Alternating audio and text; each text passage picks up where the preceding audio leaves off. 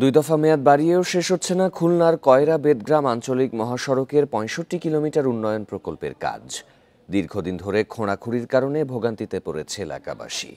এরই মধ্যে ১৭৮ কোটি টাকা তুলে নিয়েছে ঠিকাদার প্রতিষ্ঠান। সড়ক বিভাগ বলছে প্রকল্পটির ৬৪% কাজ সম্পন্ন হয়েছে। বান্ডেল থাকলে প্রতি সেনমানিতে টাকা বাঁচবে। বিকাশ সেনমানি বান্ডেল কিনে জিতুন প্রতি লেনদেনে। খুলনার কয়রা বেদগ্রাম আঞ্চলিক মহাসড়ক উন্নয়ন প্রকল্পের কাজ শুরু হয় ২০২০ সালে। ৩৭৯ কোটি টাকা ব্যয়ে সংস্কার কাজ ২ বছরে শেষ করার কথা থাকলেও ২ দফায় মেয়াদ বাড়ানো হয় ৩ বছর। এরপরও শেষ হচ্ছে না কাজ।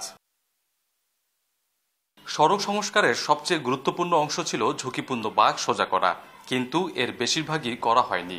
৪.৫ বছর কেবল খোঁড়াখুঁড়ি করেছে ঠিকাদারি প্রতিষ্ঠান। এতে ভোগান্তিতে পড়েছে ওই এলাকার মানুষ। এই অবস্থার জন্য আমরা শ্বাসকষ্ট পর্যন্ত পাচ্ছি। আমাদের যানবাহন উল্টি পড়তেছে, ছোট বাচ্চারা স্কুল কলেজে পর্যন্ত যেতে পারতেছে না।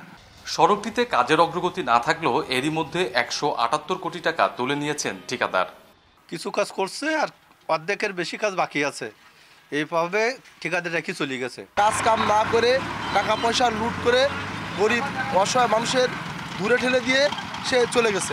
এ বিষয়ে কোনো বক্তব্য পাওয়া যায়নি ঠিকাদারি প্রতিষ্ঠান মোজাহার এন্টারপ্রাইজের। তবে সড়ক বিভাগ বলছে সংস্কার কাজের অগ্রগতি হয়েছে ৬৪%। কিছুদিন কাজ বন্ধ থাকলেও আবারও শুরু করেছে ঠিকাদার। যেসব জায়গায় কাজের সুযোগ ছিল সেসব জায়গায় কাজ না করার কারণে আমরা ঠিকাদারকে চিঠি দেই এবং সেই ঠিকাদার আবার কাজ শুরু করেছে রিসেন্টলি ১০-১৫ দিন হবে। এবং আশা করছি যদি আমরা ভূমি অধিগ্রহণের জটিলতা শেষ করে ফেলতে পারি আগামী বছর জুন মাসের মধ্যে এই প্রকল্পের সম্পূর্ণ কাজ শেষ করা সম্ভব হবে। প্রকল্পের মেয়াদ জুনে শেষ হওয়ার কথা। এরই মধ্যে আবার মেয়াদ বাড়ানোর পরিকল্পনা করছে সড়ক বিভাগ। অভিজিৎ পাল, ইন্ডিপেন্ডেন্ট নিউজ, খুলনা।